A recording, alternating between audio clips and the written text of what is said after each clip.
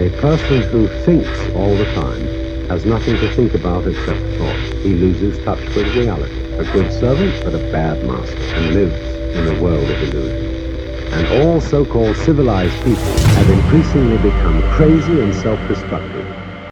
Welcome back to Sledgehammer Horror, guys. I am Ken Sledge. And I'm Ashley Sledge. And let's talk horror. So today we are going to be versing Slumber Party Massacre, 1982 versus 2021. We're going to be talking about things we like from the original, things we like from the remake, and then we're going to verse them against each other and see who the ultimate winner is. But I do want to say, both of these films are great in their own right, and they both encapsulate the time frame in which they were made. So let's get started, and let's talk about the original.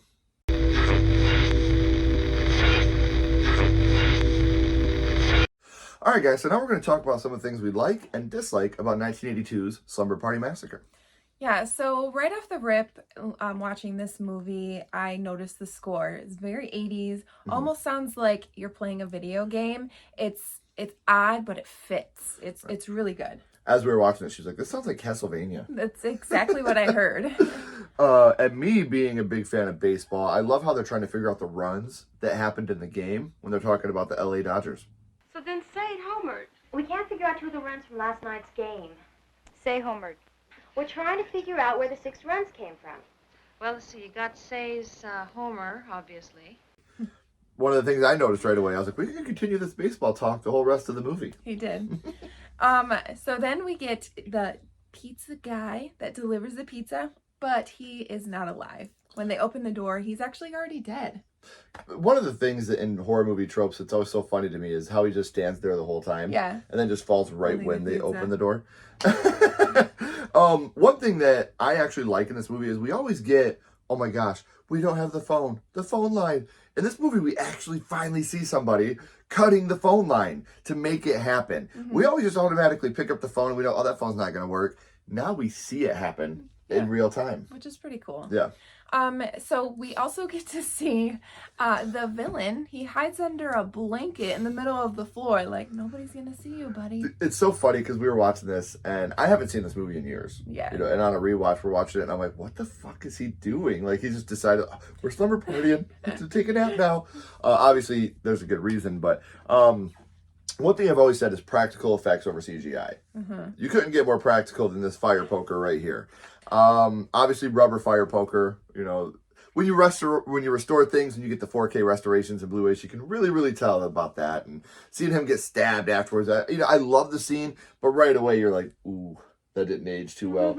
But obviously I'd rather that than a shitty CGI fire poker. Yeah.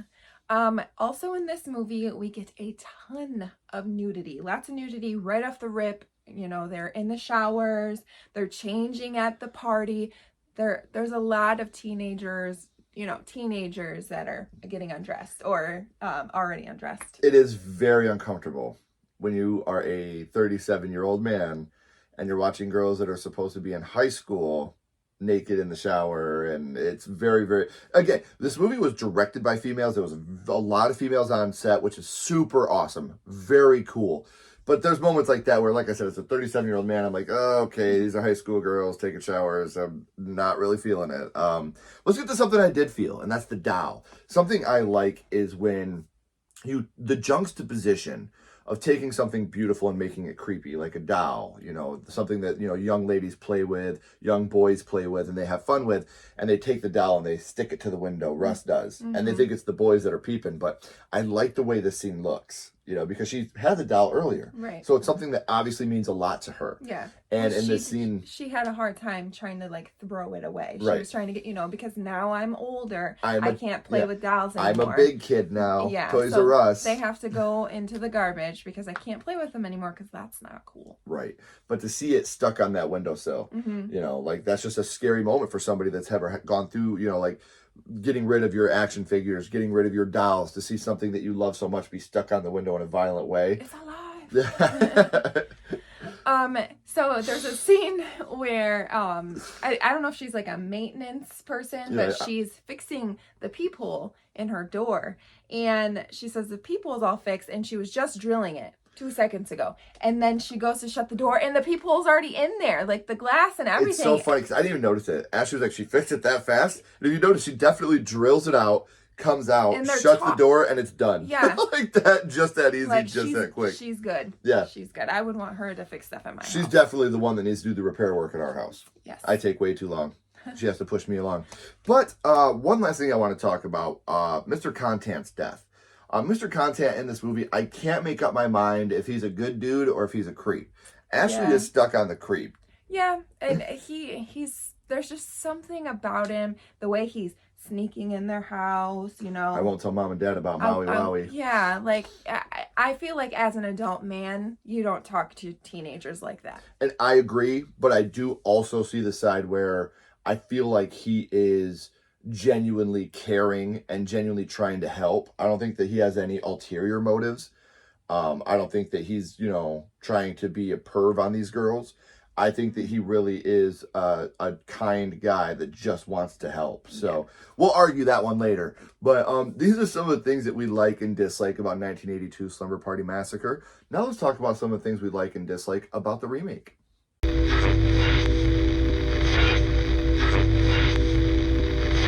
Now we're going to talk about Slumber Party Massacre, the remake. And real quick, I just want to talk about how the Sci-Fi Network is really good at making a reboot or a remake. Like, they really have a knack for that. Yeah, you have Slumber Party Massacre 2021. Also, Leprechaun Returns, which is my personal favorite in that franchise. Yeah, I mean, it's up there with the rest of the stuff that we get from that franchise. It's not bad.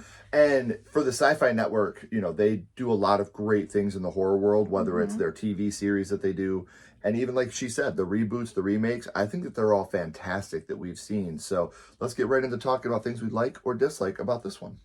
So we have to talk about how this movie is intentionally campy. Oh, yeah. We get this. Nah, is he for real? Oh, yeah. Oh, yeah.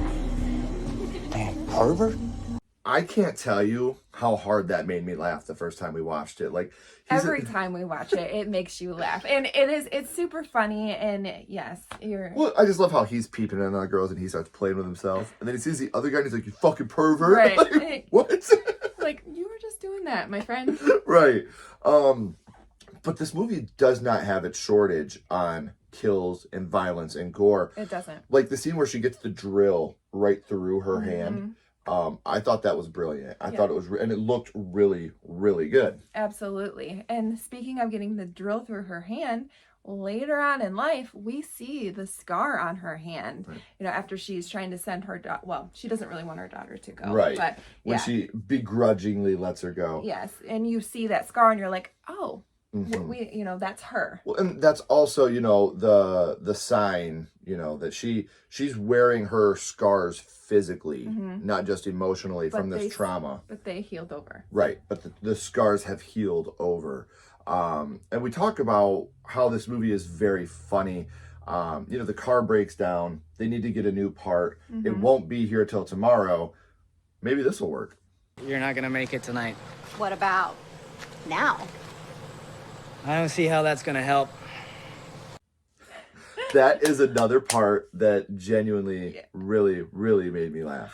How would that help? Right. I don't see how that's going to help, young lady. Yeah, which is awesome, you know, because we see that sometimes, like, well, what if I show you this? Yeah, you know? What if I do this for you? Can you make something happen for me? It's not going to make it come any faster. He's Sorry. Like, don't see how you're going to get the part any quicker. Yeah, I love that. So I also, something that I really love where they took this movie is how the girls actually set up to go to kill Russ. Like, they wanted revenge on him, you know, for her mom. It's a very good twist to the film. It is. I love that. Yes. I'm a big fan of how when they get to the party and they'll start pulling the knives out of the pillows and stuff, and you're like, what the fuck? Like, what's going on here? And then you realize this whole thing was a setup so they could get revenge for their mom. Yeah. Amazing moment in the film. And I do love, you know, because I do like this franchise a lot. And in Slumber Party Massacre 2, we have the badass guitar. I love the homage they have to the guitar when we get to see him playing it. Yeah. Like, I thought that was right away. I was like, ooh, Leo. that was me at that moment. For sure. And then you're talking about how they're pulling out the knives and, you know, they're partying. let's talk about the guy party. They're hitting each other with pillows. Like, I knew it. I knew you guys had slumber parties like that. I know you do. The only thing that really bums me out about that scene is the fact that for generations and generations, we've kept this a secret. And then a movie comes out in 2021 and totally blows our cover. Yeah, they're taking their shirts off. They're all muscly. The only time that we even wear our whitey tighties is when we have these parties. Like, every guy has his whitey tighty reserve. Yeah. And this movie comes along and blows our cover on everything. So you're going to lose some points for that one remake. I think it's awesome. And I love how the girls are all just like, you know, memorized. They're staring like tables have turned, you know? I do love that. Honestly, that is something I love about this film. But let me tell you something I really, really, really dislike about this film. And something that makes it almost, like, goes from almost a perfect movie is because of scenes like this. Yeah, I know, but my toxic masculinity is kind of forcing me into it. John, you're a man. I'm a man. You're a man. I hate that moment. I hate it. I love when a horror movie has a message. I love when we have political views. I love when we have, you know, stereotypes. I love everything like that in a horror film. What I don't love is when you do it as a joke to make people smile. I can see that. And shove it in people's faces. Nobody would talk like that. Mm-hmm. Nobody. And like I said, I know that you are going to have political things happen in films. And I'm not opposed to that. Some of my favorite films are like that. They have a lot of meaning to them. But they don't use it as a joke. And because that, you know, there's really dudes out there that suck like that. But making it into a joke, and it's almost continued on. Yeah. So, you know, talking about, you know, them joking about this, we also get this line.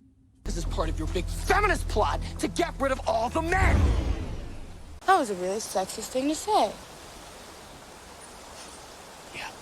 Another thing where I'm just like, what the fuck are we doing here? Like, you were on such a good path, movie, and you're doing not just once, but you double down on it. The thing that I hate, you double down on it, and it really, really bothered me. But one thing that's amazing is when you get the scene of the drill versus the guitar. It's like, you go from those shitty scenes to this. This is amazing. I love this. I think it's fantastic because, like I said, I'm a big fan of Slumber Party Massacre too. And to see Russ and him with the guitar and the drill, such a great scene. And I mean, he actually gets the guitar string around his drill and like uses that as a weapon. Like, that would hurt so Mixing bad. them together. Yes. Oh gosh, every guitar player's fear is your high E breaking while you're playing. Like, that shit sucks. Yeah. Like, so I get it. So let's talk about how the women are actually, you know, like, they don't play them off like they're airheads. They actually are showing them that women can do this stuff too. Like, she's fixing the radiator, you know, the radiator hose, I guess. Yep. And see, I don't know much about cars, so I wouldn't be able to do that, but it doesn't mean I'm an airhead. Like, I know other things that... What I love is the fact that they acted like airheads for the longest time throughout the film. You know, and then like the one scene where she's like, next time you get to be the girl with the big boobs, you know, because that's not who they are. They're very intelligent. Yeah. They're very, like, one thing I do want to say though, if you just disconnected your radiator hose from your U-bolt there, from your heater hose, from the clip, the guy would have known. He wouldn't have been like, oh, you need a brand new lower radiator hose. He'd have been like, your radiator hose fell off right here. Your hose clamp just, Sure. like, but I do, that's one, again, I'm nitpicking, but I love that, you know, because you do have a moment like this where it looks like they're airheads. They catch all these in the lake. That's a shark. I know. You know, when did this come from the lake? That's a shark. I know. Yeah. You know, like, you had these moments where they're acting like airheads and they pull it off so well, but they're not. Yeah. They're super intelligent. They're driven. They have a goal. They are going to hit this goal. And I agree with you. I think that's really awesome. Yeah. And something else awesome is when we kill Kay, the old lady. I love this scene. And the fact that you get mom getting revenge for sure now. Right. You know, it's really happened. We know that everything's fine now. So there's a lot about this film that we liked, and there's obviously some that we disliked. Same thing with the original. So now we're going to take a lot of scenes that are very similar. We're going to bash them against each other and see which film we actually like the most.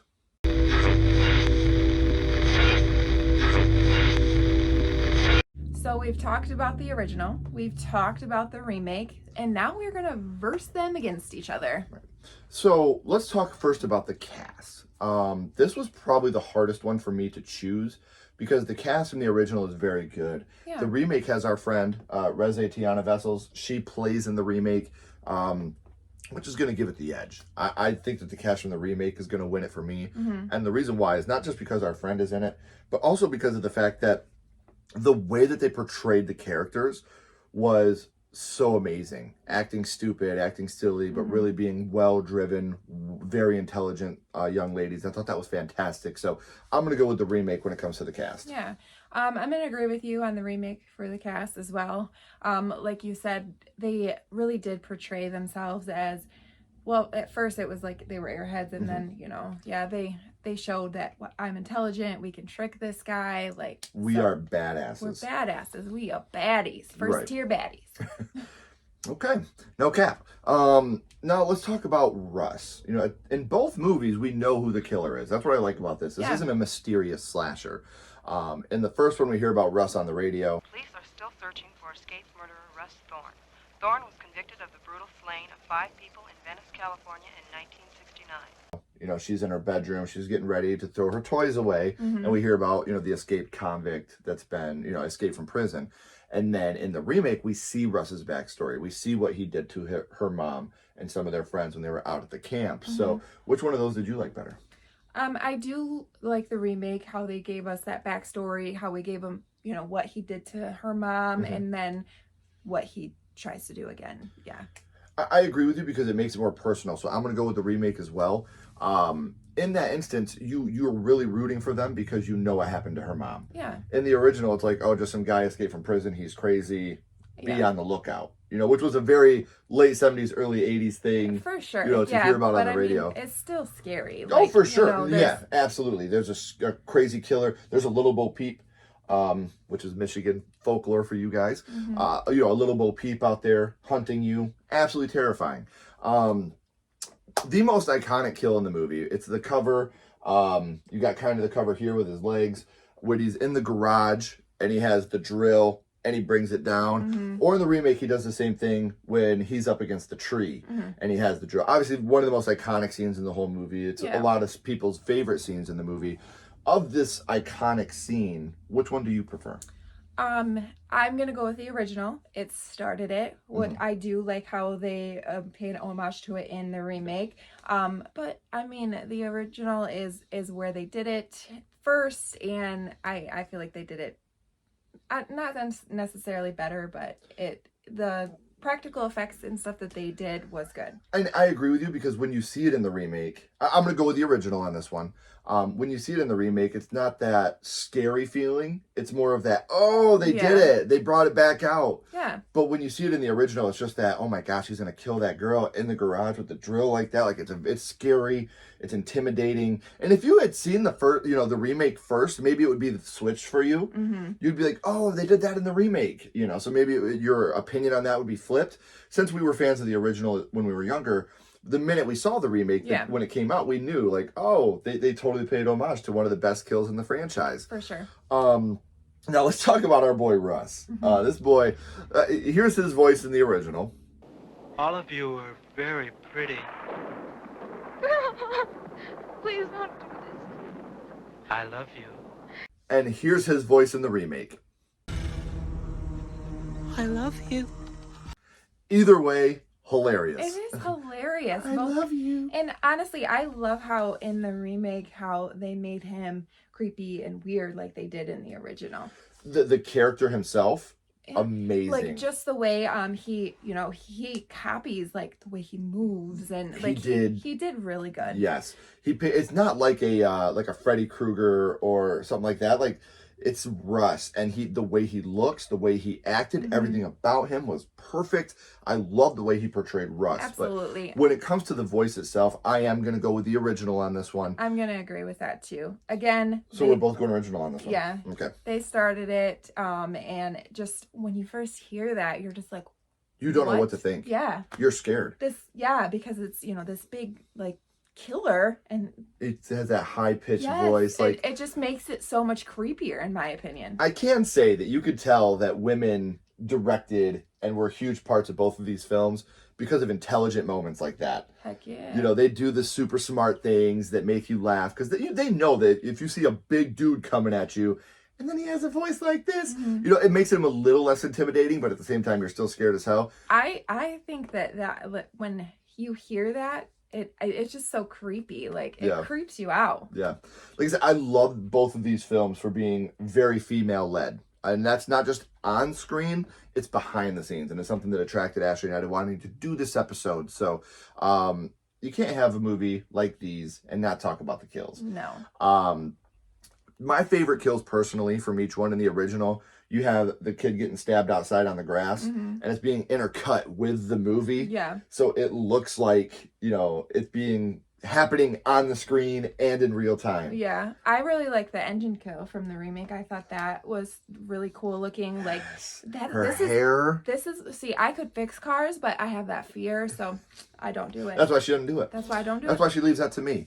But yeah, you're right. You know, and you see the killer at this point, 'cause it's not Russ. Yeah. The killer is pushing the gas pedal and getting that radiator fan spinning, and then her hair gets stuck. Oh, my beautiful hair. So, like I said, those are just one of our favorite kills from each film. Personally, I'm gonna go with the remake on this one with the kills. Yeah. Again, I love the original. The original has some fantastic kills. But with this remake, we have a bigger body count. It stayed 100% practical on most of what they did. And it looks, some of it obviously off screen, things like that, because it was a sci-fi movie.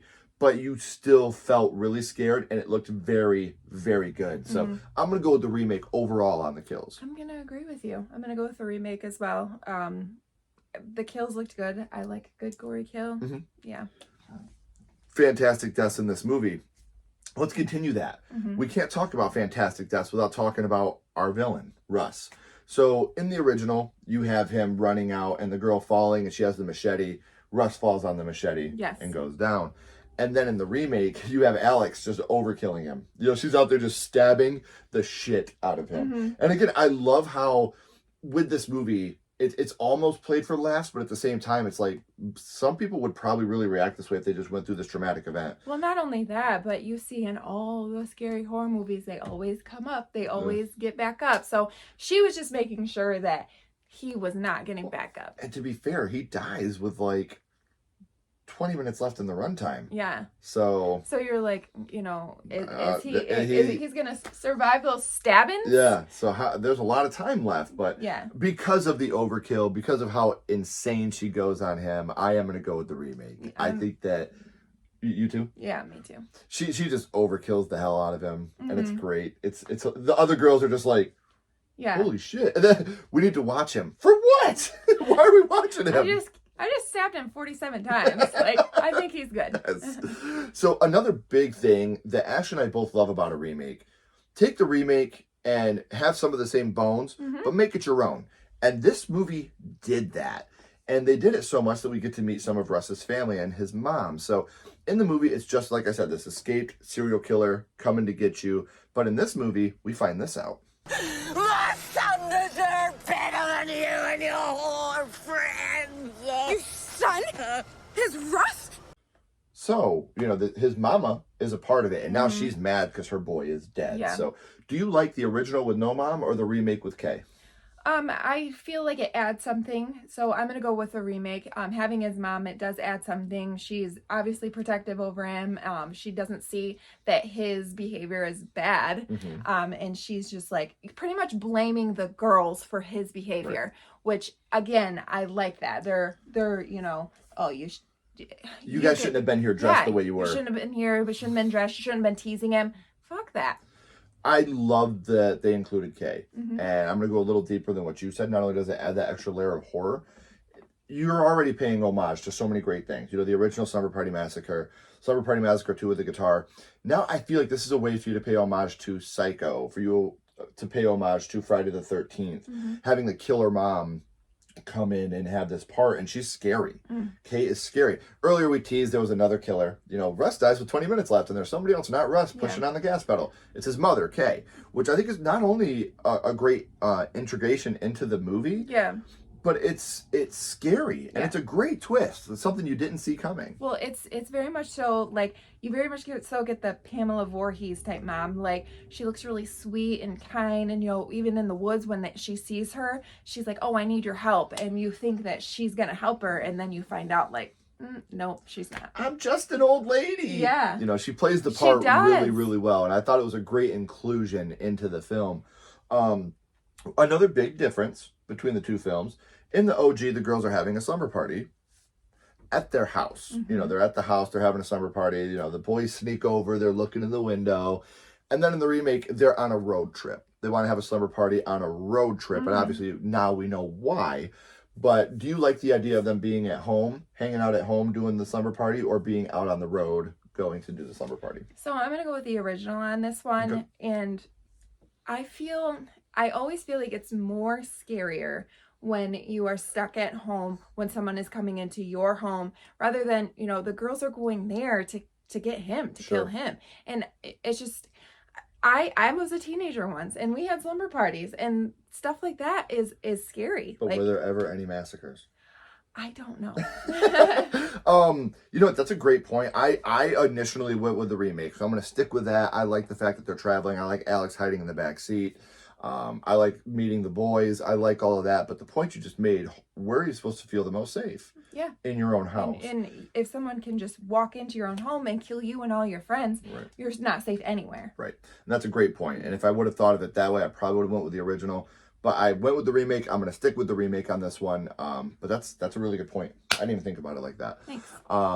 So now, we talked about it a little bit ago when we talked about the original, and then we talked about it when we talked about the remake. But in the original, you have this crazy killer. He escaped from prison. He just wants to go out and kill again.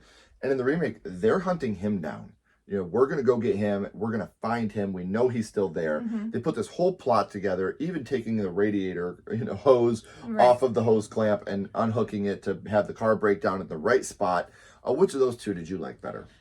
So I'm going to stick with what I said before. Okay. And I'm going to go with the original on this one as well. And that's because crazy killer gone wild, entering your home, getting you, that's scary to me. Okay. I feel like I should feel safe in my own home. Out in the woods, like, you're not safe out there, you know? You don't know who's lurking in those woods. Villain, bear, you know, who knows? Cocaine bears. Like... We have a new fear before we go camping. Yeah. So I'll keep all the cocaine to myself. Total joke. The big thing for me with this, I did go with the remake because I like the idea of a badass woman going out to have, you know, her revenge for her mother. Yeah. I love that idea. So I went with the remake, but I can't argue your points. You making very valid points. And this should show that Ashley and I don't discuss this before we do it because we want it to be genuine. We want it to be real. We don't want it to be 100% scripted. And I love doing this with you because of that. It's awesome. It's like we're just having a conversation. Right. And I get to learn things about you and the way you felt about these films while you're learning about me. And the way that you're saying these things is so intelligent and it makes so much sense. But I'm going to stick with what I said originally. I'm going to go with the remake just because I love a powerful woman going out and planning what she's going to do and getting revenge. I think that's one of the best tropes in horror. I didn't call it. It's an amazing thing that happens in a horror movie. Oh, yeah, for sure. You know, when women can show that we're badasses, like, awesome. I'm 100% behind that. I 100% agree with you. I love women.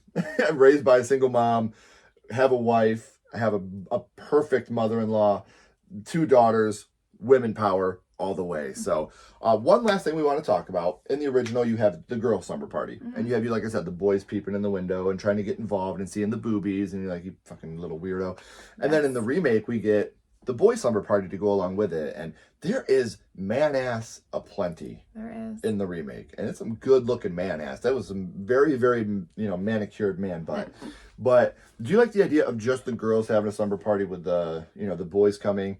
Or do you like the fact that the remake gave away our secrets and showed what really happens at boys' slumber parties? Oh, I adore the boys' slumber party. I was like, I looked at Ken and I was like, I knew you guys did that. I was sitting there like... Yeah. Just in fear. He went and pulled out his nice pillow. Like, this is what I take to the... Right. I had to throw it off. And see, that was me throwing my toys away. No, I can't do this anymore. Can't do this anymore. Can't have guys' night. That's what guys' night entails. Right. So I'm actually going to agree with you. Because if memory serves me correctly, and I believe that I'm 100% accurate on this, we don't see any breast in this movie. We don't see any girl butt in this movie, but we get the man ass in this movie. So they took that trope and they flipped it. You know, the nudity is all men in the remake. Whereas in the original, it's just, holy shit, almost uncomfortably amount of young lady body parts. In this movie, they're like, you know, we're going to do that to the guys. We're going to have as much guy butt as we can for the Sci-Fi Channel. Better did your squats, buddy. Good for you guys. Yeah. Good for you. So yes, I'm going with the remake on that one as well. I love the boys' Slumber Party. I love the boys. I think that they're just great. Yeah, and they bring like the comedy aspect to it. With the caveat of I hate some of the conversations they have. Yeah. I don't like it. But so overall, like we said, sometimes the points don't even matter. We could have more points for one, but have the other one be the favorite. So when it comes to me, I have 2 points for the original. I have 8 points for the remake. For me, I have 4 points for the original and 6 for the remake. But overall, which film do you enjoy more? I have to go with the remake on this one. We've already talked about a lot of the great stuff. The cast is great. Love the campiness of it. I love the woman power of it. Sure. And it's scary. Russ is scary in this, and I like how they go to try to kill him. There's so much about this that they did smart. Don't get me wrong, the OG it's good. Scared me as a child, but there's just something about the remake that I really like better. I 100% agree. And this is actually probably my top 5 favorite remakes of all time. Might have been my favorite remake of all time if it wasn't for the on-the-nose feminist stuff. Like I said, I'm probably as feminist as you get, but I don't think it should be played as a joke in moments like that. And at the time of recording, this had 100% Rotten Tomatoes rating, which is fucking, for awesome. a horror movie, yeah, unheard of. Never. But that's how great this movie is. And I agree with you. I think the original is fantastic. And it really is a time capsule back to the 80s. Yeah, it is. It's so 80s. You feel the 80s, and it's nostalgic, and you have all the good feels about it because of the nostalgia. Sure. But with the remake, I think that they did it perfectly. They had enough of the first one in there, but they made it completely their own at the same time. They had some of the scenes where you're like, oh, this is amazing. They even at one point had the phone van, in the background. They had one of the most iconic kills in part 1 when he's killing the telephone repair lady. They had that phone repair van in the background. And like I said, if you take out those 2 lines, and I know I'm being very nitpicky, also, the fixing the car part really bothers me as well, because I'm not saying a guy would know that. Not every guy would know that, 100%. No. But a mechanic would know that a heater hose had been connected or a radiator hose had been. I know. This is my medical. Yeah, when I see you with medical, and you're car stuff is me. Like, okay, I get it. But the way that they really did their job on the remake, phenomenal. Everything, the acting, the score, the comedy relief was fantastic. The scares were great. The practical effects were awesome. If you guys haven't seen 2021 Slumber Party Massacre, I cannot recommend this film enough.